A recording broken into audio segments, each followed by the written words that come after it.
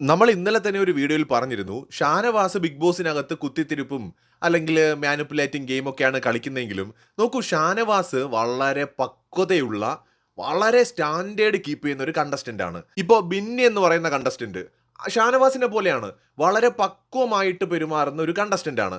അവർക്കും ദേഷ്യമൊക്കെ വരാറുണ്ട്, പക്ഷേ അവര് പെരുമാറുന്നതിൽ അവരെ ഇഷ്ടമുള്ളവരും ഇഷ്ടമില്ലാത്തവരും ഒക്കെ കാണും. ഒരു പെരുമാറ്റം ഉണ്ടല്ലോ, നമ്മളൊരു വഴക്കിലായാലും ഉപയോഗിക്കുന്ന വാക്കുകൾ കാര്യങ്ങളൊക്കെ ഒരു മിനിമം സ്റ്റാൻഡേർഡ്, ഹൈ സ്റ്റാൻഡേർഡ് ഒന്നും നമ്മൾ എക്സ്പെക്ട് ചെയ്യേണ്ട ആരെടുത്തും ഒരു മിനിമം സ്റ്റാൻഡേർഡ് അവർ കീപ്പ് ചെയ്യാറുണ്ട്. അതുപോലെ തന്നെയാണ് ജിസേൽ, ഒരു മിനിമം സ്റ്റാൻഡേർഡ് കീപ്പ് ചെയ്യുന്ന ഒരു കണ്ടസ്റ്റന്റ് ആണ്. അങ്ങനെ കുറെ പേരുണ്ട്. ശാരിക വളരെ സ്റ്റാൻഡേർഡ് കീപ്പ് ചെയ്യുന്ന ഒരു കണ്ടസ്റ്റന്റ് ആണ്. പരിധി വിട്ട് മോശമായ വാക്കുകളൊന്നും ഇവരാരും ഉപയോഗിക്കില്ല. അനീഷ് ഭയങ്കരമായിട്ട് നമ്മുടെ ഷാനവാസിനെ പ്രൊവോക്ക് ചെയ്യും, പക്ഷെ ഷാനവാസ് എത്ര ദേഷ്യം വന്നാലും ഒരു ലിമിറ്റ് വിട്ട് പോകത്തില്ല. അതുകൊണ്ടാണ്, നിങ്ങൾ ശ്രദ്ധിച്ചോന്ന് എനിക്കറിയില്ല, ഇന്ന് അനീഷ് ക്യാപ്റ്റൻസി നോമിനേഷൻ വന്ന സമയത്ത് ഷാനവാസിന്റെ പേര് പറഞ്ഞു. രണ്ടാമത് പറഞ്ഞ പേര് ആരുടെയാണെന്ന് അറിയാമോ? റെന ഫാത്തിമയുടെ പേരാണ്. കാരണം അനീഷ് ഇത്രയും ബഹളങ്ങൾ അവിടെ ഉണ്ടാക്കിയിട്ടും അനീഷിനോട് കുറച്ച് മാന്യമായി പെരുമാറുന്ന രണ്ടുപേര് ഇവരാണ്. അവരെയാണ് അനീഷ് ഈ ക്യാപ്റ്റൻസി ടാസ്കിൽ നോമിനേറ്റ് ചെയ്തത്. ഞാനിത് പറയാൻ കാരണം അങ്ങനത്തെ ഒരു മനുഷ്യനാണ് അയാൾ. അപ്പൊ അയാളുടെ പുറകെ നടന്ന് ഇന്ന് ഈ നമ്മുടെ നെവിനുമായിട്ട് വഴക്കുണ്ടാക്കുന്നതിന് മുമ്പ് ജിൻസി ഈ ഷാനവാസിനെയാണ് ടാർഗറ്റ് ചെയ്തത്. ഷാനവാസിന്റെ ശബ്ദം അടഞ്ഞിരിക്കുകയായിരുന്നു. അപ്പൊ അതുകൊണ്ട് ഷാനവാസ് പറയുന്നുണ്ട്, എനിക്ക് വയ്യ മോളെ, നീ എന്നെ വിട്ടേരെ, ഞാനില്ല ഒന്നിനും, എന്റെ ശബ്ദം പോയിരിക്കുകയാണ്. അയാൾ മാക്സിമം ഒഴിഞ്ഞു മാറാൻ നോക്കിയിട്ട് അയാൾ വിടുന്നില്ല. ഇല്ല, ഞാൻ വഴക്കിന് വന്നതല്ല, ഞാൻ പറയാൻ വന്നതാണ്. അത് ഈ നോമിനേഷന്റെ കാര്യമായിട്ട് ബന്ധപ്പെട്ടാണ്, ജയിൽ നോമിനേഷനുമായിട്ട് ബന്ധപ്പെട്ട് എന്തിനു നോമിനേറ്റ് ചെയ്തു എന്ന് ചോദിച്ചും കൊണ്ടുള്ള പ്രശ്നത്തിനാണ് ബിൻസി അവിടേക്ക് എത്തുന്നത്. അതായത് ബിൻസിക്ക് കുറച്ചുപോലും ഈ നമ്മുടെ വിമർശനങ്ങളെ ഉൾക്കൊള്ളാൻ കഴിയില്ല എന്ന് പറയും. ആ വിമർശനങ്ങൾ ഉൾക്കൊള്ളാൻ കഴിയാത്ത ഒരാളാണ് ബിൻസി. ഷാനവാസ് ജയിൽ നോമിനേഷനിൽ പറഞ്ഞ കാര്യം വളരെ കറക്റ്റ് ആണ്. നമ്മുടെ നെവിൻ പറഞ്ഞതുപോലെ തന്നെ വളരെ കറക്റ്റ് ആയിട്ടുള്ള കാര്യമാണ് ഷാനവാസ് ജയിൽ നോമിനേഷനിൽ പറഞ്ഞത്. പരസ്പരം സഹായിക്കാം എന്നുള്ള ഓപ്ഷൻ തെരഞ്ഞെടുത്തത് ഞാനാണ് പറഞ്ഞത്, എല്ലാവരും അത് തെരഞ്ഞെടുത്തു. പക്ഷെ ബിൻസി ആദ്യ ദിവസം മുതൽ തന്നെ പൂർണ്ണമായും അതിന്റെ കൂടെ നിന്നില്ല. ബിൻസി എന്നെ ചോദ്യം ചെയ്തുവല്ലോ, പക്ഷെ ബിൻസി പ്രോപ്പറായിട്ട് തന്നെയാണോ ആ ടാസ്കിൽ പ്രവർത്തിച്ചത്? പരസ്പരം നമ്മൾ പ്ലാൻ ചെയ്ത പോലെ ബിൻസി ചെയ്തോ? ബിൻസി എന്നെക്കാൾ വലിയ തെറ്റ് അങ്ങനെയാണെങ്കിൽ ബിൻസിയും ചെയ്തിട്ടുണ്ട്. കാരണം അവിടെ രണ്ടുപേരും നമ്മൾ ഉറങ്ങുമ്പോൾ സഹായിച്ചു. അതായത് ജിസയിലും നമ്മുടെ ശൈത്യയും അവർ ഉറങ്ങാതിരുന്ന് ഉറക്കമൊഴിഞ്ഞിരുന്നൊക്കെ നമ്മളെ സപ്പോർട്ട് ചെയ്തു. അപ്പോൾ ഞാൻ മാത്രമല്ലല്ലോ അവിടെ ഉള്ളത്, ബിൻസിയും ഉണ്ടല്ലോ. ബിൻസി അവിടെ കിടന്ന് ഉറങ്ങുകയായിരുന്നല്ലോ 2 ദിവസം. ഈ മറ്റേ നമ്മളെ സഹായിച്ച രണ്ടുപേർക്ക് വേണ്ടിയിട്ട് ബിൻസി എത്ര ദിവസം ഉറക്കമൊഴിഞ്ഞിരുന്നു? ബിൻസി എത്രത്തോളം തിരിച്ചവരെ സഹായിച്ചു? അങ്ങനെയാണെങ്കിൽ എന്നെ ചോദ്യം ചെയ്യാനുള്ള ഒരവകാശവും ബിൻസിക്കില്ല. അതുകൊണ്ട് അങ്ങനെ ചോദ്യം ചെയ്യണമെങ്കിൽ അതിനുള്ള അവകാശം ജിസേലിനും ശൈത്യയ്ക്കും മാത്രമാണുള്ളത്. അവരാണ് എന്നെ ക്വസ്റ്റ്യൻ ചെയ്തതെങ്കിൽ ഞാൻ മിണ്ടാതെ നിൽക്കുമായിരുന്നു. മാത്രമല്ല, എന്നെ പുറത്താക്കാനുള്ള വീട്ടിനകത്തുള്ളവരുടെ ഗൂഢാലോചനയിൽ ബിൻസിയും ഉണ്ടായിരുന്നു. എന്നെ എങ്ങനെയെങ്കിലും കട്ടിലിൽ കിടത്തിയിട്ട് എന്നെ അതുവഴി പുറത്താക്കാൻ ശ്രമിച്ചവരുടെ കൂട്ടത്തിൽ ബിൻസി ഉണ്ടായിരുന്നു. ഞാൻ എന്തായാലും അങ്ങനെ ചെയ്തിട്ടില്ല. എനിക്ക് ആദ്യ ദിവസം തന്നെ നിങ്ങളെ വിശ്വസിക്കാൻ എനിക്ക് കഴിയുമായിരുന്നില്ല. കാരണം നിങ്ങൾക്ക് മറ്റെന്തെങ്കിലും പ്ലാൻ ഉണ്ടോ എന്ന് എനിക്കറിയില്ല. അതുകൊണ്ട് ഞാൻ ഇടയ്ക്കൊക്കെ ഉറങ്ങുന്ന പോലെ നടിച്ചു കിടന്നു. അല്ലെങ്കിൽ ഞാൻ പൂർണ്ണമായും ആ വിശ്വാസമില്ല, എൻ്റെ ഉള്ളിൽ ആ പേടിയുണ്ട്, നിങ്ങൾ ഇനി ചതിക്കുമോ എന്നുള്ള പേടി. അതുകൊണ്ട് ഞാൻ ഉറങ്ങാതെ കിടന്നിട്ടുണ്ട്. ശരിയാണ്, ഉറങ്ങിയതുപോലെ അഭിനയിച്ച് കിടന്നു. അങ്ങനെ ഒരു തെറ്റ് മാത്രമല്ലേ ഞാൻ ചെയ്തുള്ളൂ. അതിനപ്പുറം ഞാൻ നിങ്ങളെ ഒറ്റുകൊടുത്തോ?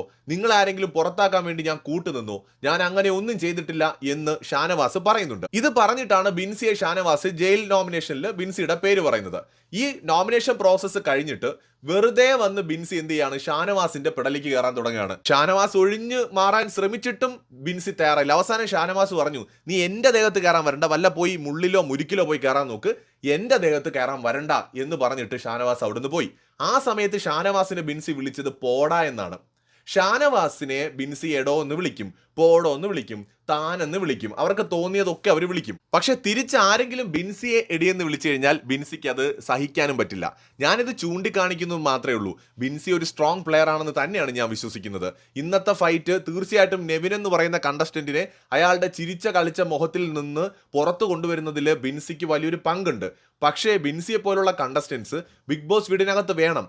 ഈ അധികമായാൽ അമൃതും വിഷമെന്ന് പറയുന്നത് പോലെ ഏതൊരു സാധനവും കൂടിപ്പോയാൽ കുഴപ്പമാണ്. കുറച്ചൊന്ന് കുറയ്ക്കണം ബിൻസിയുടെ എടുത്തുചാട്ടവും ദേഷ്യവും ഇതൊക്കെ. അങ്ങനെയാണെങ്കിൽ ബിൻസിക്ക് ഒരുപാട് ദിവസം ഇനി അവിടെ നിൽക്കാൻ പറ്റും. അപ്പോൾ പ്രേക്ഷകരുടെ സപ്പോർട്ട് വേണം അവിടെ നിൽക്കണമെന്നുണ്ടെങ്കിൽ. നല്ല കണ്ടസ്റ്റൻസ് പുറത്തായി പോകുന്നു എന്ന് നമ്മൾ സഹതപിക്കുമ്പോൾ അതിനകത്തൊരു പ്രശ്നം, ഓഡിയൻസിന്റെ സപ്പോർട്ട് അവർക്ക് നേടാൻ പറ്റാത്തതാണ്. ബിൻസിയെ പോലെ കഴിവുള്ള സംസാരിക്കാനൊക്കെ അറിയാവുന്ന കണ്ടസ്റ്റൻസ് ഗെയിമറായിട്ട് നിന്ന് കളിക്കണം അവിടെ. അപ്പോൾ അതിന് അവരുടെ മിസ്റ്റേക്സ് തുടക്കത്തിൽ തന്നെ തിരുത്തി കൊടുത്താൽ മാത്രമേ കഴിയൂ. പറയുള്ളൂ. ലാലേട്ടന്റെ വീക്കെൻഡ് എപ്പിസോഡിൽ എന്തെങ്കിലുമൊക്കെ ഹിന്റ് കൊടുത്താലേ അവർക്ക് മെച്ചപ്പെട്ട രീതിയിൽ കളിക്കാൻ പറ്റൂ. ഇല്ലെങ്കിൽ വാഴകളായിട്ടുള്ള ഒന്നും ചെയ്യാതെ അവിടെ നിൽക്കുന്ന ആളുകൾ തന്നെയായിരിക്കും ഈ സീസണിലും ചിലപ്പോൾ അവസാനം പോകുന്നത്, അവസാനം വരെ എത്തുന്നത്. അപ്പോൾ അതുകൊണ്ട് ഇവരെ പോലുള്ള കണ്ടസ്റ്റൻസി കയറി വരാൻ സാധ്യതയുള്ളവരാണ്. അപ്പോൾ ബിൻസി ഇങ്ങനെ കുറെ മിസ്റ്റേക്സ് ബിൻസിയുടെ ഭാഗത്തുണ്ട്. ഇന്നത്തെ ഫൈറ്റിലും ഷാനവാസിനെ താൻ പോടോ എന്നും എടോ എന്നും ഒക്കെ ഇന്ന് ബിൻസി വിളിക്കുന്നുണ്ട്, ഇന്നലെയും വിളിക്കുന്നുണ്ട്. അവസാനം ഇന്നലെ ഷാനവാസ് റൈസായി തിരിച്ചു കയറി. എന്നെ എടിയെന്ന് വിളിക്കരുത്, എടിയെന്നൊക്കെ അങ്ങ് വീട്ടിൽ പോയി വിളിച്ചാൽ മതി എന്ന് ഇന്നലെ ഷാനവാസിന്റെ അടുത്ത് പറഞ്ഞപ്പോൾ ആ മനുഷ്യൻ മിണ്ടാ നിന്നേ അവിടെ. ഓക്കെ സോറി എന്ന് പറഞ്ഞു. തിരിച്ച് അങ്ങേരെ ഇടോ എന്നൊക്കെ വിളിച്ചപ്പോൾ അയാളെ സ്വഭാവം പറയും. അയാളും തിരിച്ച് ഇന്നലെ നല്ലപോലെ കൊടുത്തു. അപ്പൊ ബിൻസിയെ പോലുള്ളവർ ശ്രദ്ധിക്കേണ്ട കാര്യം, നമുക്ക് ചെയ്യാൻ പറ്റാത്ത ഒരു കാര്യം, നമുക്ക് കൺട്രോൾ ചെയ്യാൻ പറ്റാത്ത നമ്മുടെ ദേഷ്യം, വാക്കുകൾ മറ്റുള്ളവർ കൺട്രോൾ ചെയ്യണമെന്ന് നിങ്ങൾ വാശി പിടിക്കരുത്. ബിൻസി ആദ്യം സ്വന്തം വാക്കുകളെ സൂക്ഷിച്ചുപയോഗിക്കുക. മറ്റുള്ളവരെ ഇടൊന്നും പോടൊന്നും ഒക്കെ വിളിക്കുന്നത് ആദ്യം അവസാനിപ്പിച്ചാൽ ബിൻസി പറയുന്നതിൽ ന്യായമുണ്ട്. കാരണം ബിൻസി അങ്ങോട്ട് വിളിക്കാത്തിടത്തോളം കാലം ഒരാൾ ബിൻസി എടിയെന്ന് വിളിക്കുന്നത് ഒരിക്കലും ശരിയല്ല, തെറ്റാണ്. അപ്പൊ അങ്ങനെയുള്ള കുറച്ച് മിസ്റ്റേക്സ് ഇന്ന് ബിൻസിയുടെ ഭാഗത്ത് പറ്റിയിട്ടുണ്ട്. ജയിൽ നോമിനേഷൻ എന്ന് പറയുന്നത് ഓരോരുത്തരുടെയും അവർക്ക് സ്വതന്ത്രമായിട്ട് അഭിപ്രായം പറയാനുള്ള ഒരു ഇടമാണ്. അത് ഏതൊരു നോമിനേഷൻ ആയാലും അത് എന്തുകൊണ്ട് അങ്ങനെ പറഞ്ഞു എന്ന് പറഞ്ഞ് ക്വസ്റ്റ്യൻ ചെയ്യേണ്ട കാര്യമില്ല. ഇനി അഥവാ നമുക്ക് അഭിപ്രായ ഭിന്നത ഉണ്ടെങ്കിൽ തന്നെ അത് പറയുന്നതിനൊരു രീതിയൊക്കെ ഉണ്ട്. ബിഗ് ബോസിനകത്ത് എല്ലാവരും മത്സരാർത്ഥികളൊക്കെയാണ്. പക്ഷെ നമ്മുടെ സമൂഹത്തിന്റെ പരിച്ഛേദമല്ലേ. നമ്മളെക്കാളും ഒരുപാട് പ്രായമുള്ള മനുഷ്യരോട്, പ്രത്യേകിച്ച് അവർ വലിയ കൊടൂര പാതകമൊന്നും നമ്മളോട് ചെയ്തിട്ടില്ല എങ്കിൽ കുറച്ച് റെസ്പെക്റ്റോടൊക്കെ നമുക്ക് സംസാരിച്ചൂടെ, കുറച്ച് ബഹുമാനം കൊടുക്കാമല്ലോ.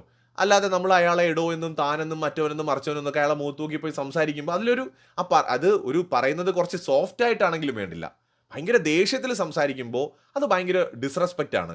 ഈവൻ സെയിം ഏജിലുള്ള ആളാണെങ്കിൽ കൂടി, അത് ആണോ പെണ്ണോ ആരും ആയിക്കോട്ടെ, ഈ പല കണ്ടസ്റ്റൻസിനും പറ്റുന്ന മിസ്റ്റേക്ക് അതാണ്. ഇവരൊന്നും അവരുടെ മിസ്റ്റേക്സ് അവർ തിരിച്ചറിയുന്നില്ല. അവർ തെറ്റുകൾ ചെയ്തിട്ട് മറ്റുള്ളവർ അങ്ങനെ ചെയ്യരുതെന്ന് വാശിയും പിടിക്കും. ശരിക്കും എടോ പോടോ എന്നൊക്കെ വിളിക്കുന്ന അതേ ബിൻസിയാണ് മറ്റുള്ളവർ തന്നെ എടിയെന്ന് വിളിക്കരുതെന്ന് പറയുന്നത്. ഒരാളുടെ ഡ്രസ്സിങ്ങിനെ കളിയാക്കുക, അയാളുടെ ഫിസിക്കൽ അപ്പിയറൻസിനെ കളിയാക്കുക, പരിഹസിക്കുക, അങ്ങനെയൊക്കെ ചെയ്തിട്ട് പുരോഗമനവാദം പറഞ്ഞാൽ എങ്ങനെ ശരിയാവും? നമ്മളല്ലേ ആദ്യം ഒരു മാതൃകയാവേണ്ടത്.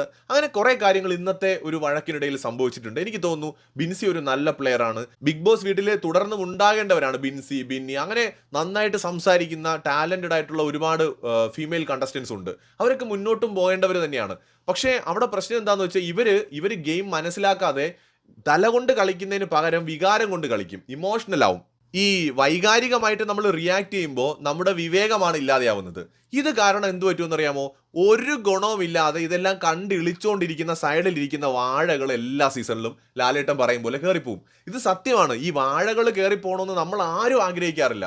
പ്രേക്ഷകർക്ക് ഏറ്റവും കൂടുതൽ കണ്ടുകൂടാത്ത ഒരു വാഴകളെയാണ്. പക്ഷെ പ്രശ്നം എന്താന്ന് വെച്ചാൽ, നന്നായിട്ട് കളിക്കുന്ന ചില കണ്ടസ്റ്റൻസ് അവർ വായി തോന്നിയതൊക്കെ വിളിച്ചു പറഞ്ഞ് പ്രേക്ഷകരുടെ വെറുപ്പ് നേടിക്കഴിഞ്ഞാൽ പിന്നെ ആളുകൾ വോട്ട് ചെയ്യാൻ പഠിക്കും. അപ്പോൾ ആൾക്കാരുടെ സപ്പോർട്ട് വേണമെന്നുണ്ടെങ്കിൽ നമ്മൾ ഗെയിമറായിട്ടും കൂടെ ചിന്തിക്കണം. അവിടെ നമ്മൾ കുറച്ച് പ്രാക്ടിക്കൽ ആവണം. സത്യത്തിൽ എല്ലാ സീസണിലും വാഴകൾക്ക് അവസരം കൊടുക്കുന്നത് അകത്ത് നിൽക്കുന്ന കണ്ടസ്റ്റൻസ് തന്നെയാണ്. അവരുടെ തന്നെ ഊർജം എടുത്തുകൊണ്ട് വാഴകളെ വളരാൻ അനുവദിക്കുന്നത് അവരാണ്. അവർ പ്രായോഗികമായി ബുദ്ധിപരമായി ചിന്തിച്ച ഒരു വാഴയും ബിഗ് ബോസ് വീടിനകത്ത് വളരൂല. എന്തായാലും ഈ സീസണിലെങ്കിലും ഒരു മാറ്റം ഉണ്ടാകട്ടെ. ബിൻസിയൊക്കെ പോലെ നല്ല കണ്ടസ്റ്റൻസ് അനാവശ്യമായിട്ടുള്ള ഒരു നെഗറ്റീവ് ഗെയിമിലേക്ക് പോകുന്നത് ഒഴിവാക്കാൻ കഴിഞ്ഞാൽ ഏറ്റവും നല്ലതാണ്. ഒറ്റയ്ക്ക് ഗെയിം കളിക്കുക, ഈ പറഞ്ഞ പോലെ സംസാരിക്കുമ്പം കുറച്ച് മാന്യത പുലർത്തുക. ദേഷ്യപ്പെട്ടോ മാസ് കാണിച്ചോ അതൊക്കെ കാണാൻ രസമാണെന്നേ. നമ്മളൊക്കെ അത് കാണാനാണ് ഇവിടെ ഇരിക്കുന്നത്. മാസ് കാണിക്കുമ്പോൾ അതൊരു കലയാണ്. ബിഗ് ബോസിനകത്ത് മാസ് ഡയലോഗ് ഒക്കെ അടിച്ച് കളിക്കുക എന്ന് പറയുന്നത് കാണാനും ഒരു കലയാണ്. പക്ഷെ അതൊക്കെ ഒരു ലിമിറ്റ് ഉണ്ട്. ഇന്ന് തന്നെ വഴക്കിൻ്റെ ഇടയിൽ ആ നെവിൻ്റെ പേഴ്സണൽ സ്പേസിലേക്ക് കയറിപ്പോയി. നമ്മൾ മറ്റൊരാളുടെ പേഴ്സണൽ സ്പേസിലേക്ക് കയറി പോകുമ്പോൾ പലവട്ടം ആലോചിക്കണം. അത് നെവിനാണ് അങ്ങോട്ട് കയറി വന്നെങ്കിലോ സീൻ മാറൂലേ? അതായത് ഇടിച്ച് കയറുക അങ്ങോട്ട് നെവിൻ്റെ അടുത്തേക്ക്. അയാൾ ഒരു മിനിറ്റ്, ഞാൻ ക്ലോസ് ആയിട്ട് ഇന്നത്തെ പ്രൊമോ നിങ്ങൾ കണ്ടാൽ നിങ്ങൾക്ക് മനസ്സിലാവും, യൂട്യൂബിൽ വന്നിട്ടുള്ള. നെവിൻ ഒന്നിങ്ങനെ പിന്നിലേക്ക് പോയില്ല, അയാൾ ഒന്ന് പതറിപ്പോയി. കാരണം വരുന്നതൊരു സ്ത്രീയല്ലേ, എത്രയൊക്കെ പറഞ്ഞാലും നമ്മൾ കുറച്ചൊന്ന് ശ്രദ്ധിക്കേണ്ടി വരും. അപ്പോൾ അവർ മനസ്സിലാക്കണം, ഒരാളുടെ പേഴ്സണൽ സ്പേസിലേക്ക് കയറിപ്പോകാനൊന്നും ആർക്കും ഒരു റൈറ്റും ഇല്ലെന്നേ. നമുക്ക് എത്ര ദേഷ്യം വന്നാലും നമ്മൾ എപ്പോഴും ഒരു കൈ അകലത്തിൽ തന്നെ നിൽക്കണം. ഈ കൈയും കൊണ്ട് എങ്ങോട്ടാണ് കയറി പോകുന്നത് നമ്മൾ ഒക്കെ മോശമല്ലേ? ഇങ്ങനെയുള്ള കാര്യങ്ങൾ എപ്പോഴും ശ്രദ്ധിക്കേണ്ടതാണ്. അതിപ്പം നാളെ നിവിൻ ചെയ്താലും ഷാനവാസ് ചെയ്താലും തെറ്റാണ്. നമ്മൾ ഒരാളുടെ പേഴ്സണൽ സ്പേസിലേക്ക് കയറി പോകരുത്, ആര് ചെയ്താലും തെറ്റാണ്. ഇന്ന് ബിൻസിയുടെ ഭാഗത്തു നിന്നുണ്ടായ പല വീഴ്ചകളിൽ ഒന്ന് ഇതാണ്. ബിൻസി ആക്റ്റീവായിട്ട് ഗെയിം കളിച്ചു തുടങ്ങുന്നത് നമുക്കൊക്കെ സന്തോഷമുള്ള കാര്യമാണ്. പക്ഷേ ഈ പറഞ്ഞ പോലെ അത് വളരെയധികം ശ്രദ്ധിച്ച് കളിച്ചില്ല എന്നുണ്ടെങ്കിൽ ബിൻസിക്ക് തന്നെ നെഗറ്റീവ് ആവും. ശ്രദ്ധിച്ചാൽ മതി, ബിൻസി എപ്പോൾ ദേഷ്യപ്പെട്ടാലും മറ്റുള്ളവരോട് ഒരു റെസ്പെക്റ്റും കൊടുക്കാതെ സംസാരിച്ചു കളയും. എപ്പോൾ ദേഷ്യപ്പെട്ടാലും അതിപ്പോൾ അനീഷിൻ്റെ അടുത്തായിക്കോട്ടെ, ആരുടെ അടുത്തായിക്കോട്ടെ, എടോ താൻ മറ്റവൻ മറിച്ചവൻ എന്ന് വിളിച്ചിട്ട്. അങ്ങനെയല്ല ബിഗ് ബോസിനകത്ത് മാസ് കാണിക്കേണ്ടത്. ബിഗ് ബോസിനകത്ത് വളരെ മാന്യമായ ഭാഷയിലും നമുക്ക് മാസാവാൻ പറ്റും. ബിഗ് ബോസിനകത്ത് വളരെ മാന്യമായ ഭാഷയിൽ ഉച്ചത്തിൽ ഓപ്പോസിറ്റ് നിൽക്കുന്ന ആളെ പറഞ്ഞിരുത്താൻ പറ്റും. എത്രയോ കണ്ടസ്റ്റൻസ് അങ്ങനെ ചെയ്തിട്ടുണ്ട്, ഗംഭീരമായിട്ട് ചെയ്തിട്ടുണ്ട്. സ്ത്രീകളായിട്ടുള്ള മത്സരാർത്ഥികൾ എത്രയോ സീസണുകളിൽ അടിപൊളിയായിട്ട് തകർത്തിട്ടുണ്ട് വളരെ മാന്യമായ ഭാഷയിൽ. കഴിഞ്ഞ സീസണുകളിലൊക്കെ നമുക്കത് കാണാൻ പറ്റും. അത് മെയിൽ കണ്ടസ്റ്റൻസ് ആണെങ്കിലും അങ്ങനെ തന്നെ. അപ്പോൾ മോശമായ വാക്കുകൾ ഉപയോഗിച്ച് മാത്രമേ നമുക്ക് സംസാരിച്ച് ജയിക്കാൻ പറ്റുമെന്നൊന്നുമില്ല.